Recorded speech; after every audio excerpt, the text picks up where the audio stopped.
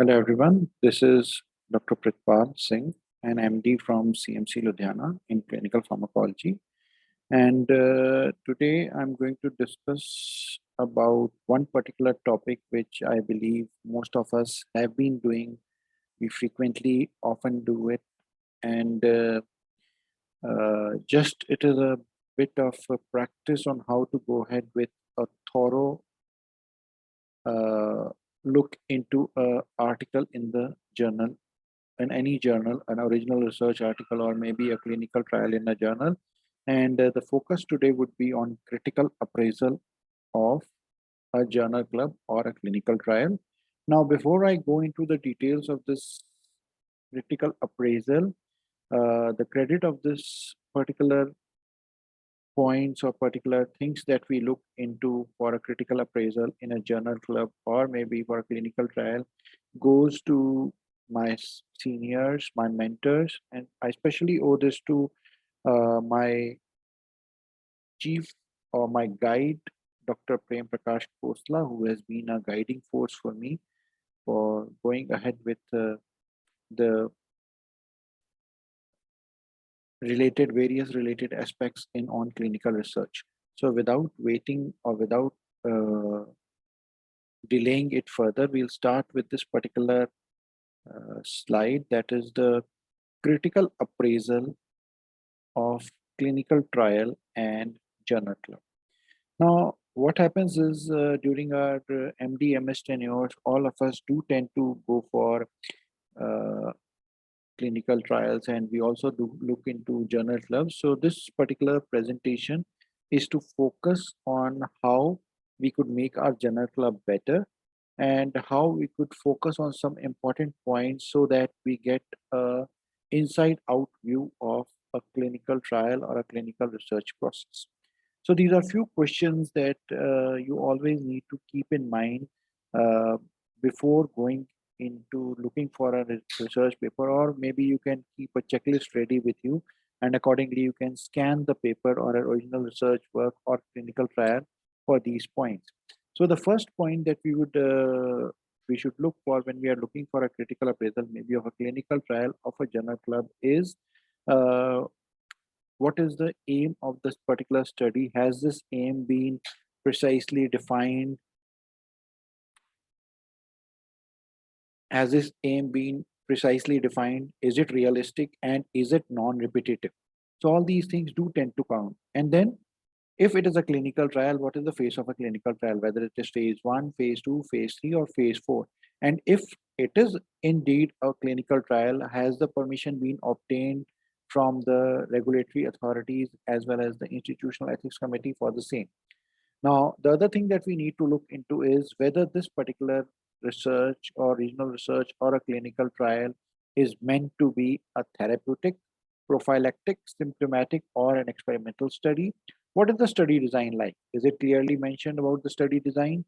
And then if we are talking about giving a drugs, whether they have talked about the run-in period, the washout period, and the stratification, what are the method that they had employed to for the stratification? Maybe if we are going for uh, stratified random sampling, did they do that?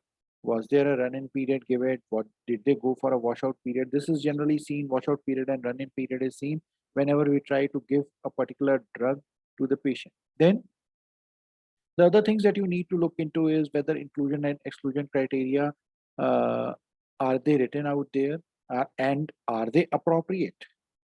And then the other thing, that if we are looking for a clinical trial, is it realistic trial duration period? Whatever they have mentioned, is it, do you think it is realistic? Was the consent obtained? Have they mentioned anything about the consent? Ethics committee approval has now obtained now a major role in almost all the original research and clinical trials. So this is one particular point that we should look for. And the parameters that they have evaluated or the parameters that they have looked for, are these parameters valid? Are these parameters sensitive? Are these parameters specific and reliable? So what we want to do is we want to rule out any false positive and false negative, and at the same time we want it to be reliable as well as valid. Then who evaluates the response in this particular trial? If they are mentioning the parameters, and was it the same person who was measuring the parameters? Was it a different person? Was it uh, treating physician who obtained the parameters, because when we look into these parameters, when we look into the evaluation of the responses, these responses might vary and they might tend to induce a bias in the study design. Moving further, is there any control out here? And if there is a control, is it appropriate? And then if they say that they have taken a historical control, is it justified to take an historical control? What about the placebo response? Was there a placebo given? Normally in clinical trials, we go for placebo responses. So is a placebo response out there? Then what was the selection of dose and time of administration? Was it appropriate? What about the blinding, the randomization, the sample size? Have they mentioned all these things in this particular clinical trial or in original research? Because we have earlier had various sessions where when we talk about the evidence-based medicine, the randomized control trial has the highest level of evidence. Then it is followed by cohort study and the case control study, case series, and the viewpoints. They don't count for evidence-based medicine. What was the method for sample size calculation? Was there a parameter? What actually did they take into account? Whether they took about the difference in the mean or difference in the proportions or whatever it was. Did they take any statistical advice for their study? And then what were the steps for avoiding and managing sample attrition? Because there's always there, whenever you go for your design, maybe you are designing a study and you're looking for somewhere around 100 patients or 100 people that have been divided into two groups. And it is all but obvious that some of these patients would be lost to follow up, or they would not comply with your study design. So what do you do with these patients? Do you keep them enrolled in the study? Do you uh, take their last reading? What is the last parameter that you take into account? So are these things already mentioned? And all these things are mentioned in one of the areas where these things are mentioned is the uh, statistical analysis. And you look into the statistical analysis, what is done. Now, then we have to look into the case record form. If have they attached the case record form, and what about the case record form? Is it easy to fill? Is it adequate? Does it contain all relevant data and quality control? Are there any provisions of recording ADRs and background noise? Now, these background noises, there are some features that tend to alter the response of a patient. Maybe patient filling a questionnaire in front of you and filling a questionnaire in isolation in a separate room, the responses would be quite different.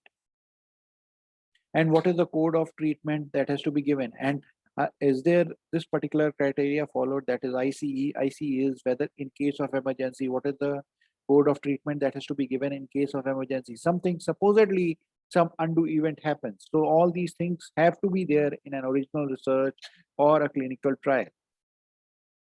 How do you check for the compliance? What are the methods and how are records obtained? What was the supply of drug? Whether it was adequate, how it was procured and packed. What is the division of labor like? Now, division of labor means who all are looking, whether there would be a particular group of people who would be looking into the study design, there will be a particular group of people who would be looking into the consent process, and there would be a particular group of people looking into the statistical advices, and so on. So is this division of labor justified? Was there any incentive for investigator and the patient? Was there a need for pilot study? And is there any missing data? So all these things, they need to be checklist. And then what happens is, whenever we go with this particular checklist, it ensures that the correct research methodology is followed. If there is clear answer to the above queries, that means that there is a correct research methodology has been followed in this particular process. But at the same time, multicentric trials do have a different set of parameters or critical appraisal as compared to an original research or a single-centered clinical trial, which we might be going in some other sessions today. This is the session for today, and I hope this particular session has been able to solve some of the queries. And if there are any queries further about these critical appraisal of a journal club, I would be very happy to answer that. And I would be waiting for your responses in the chat box. Uh, So till that time, till that next session, I wish you all have a good day and a good year ahead. Thank you so much for your patient hearing.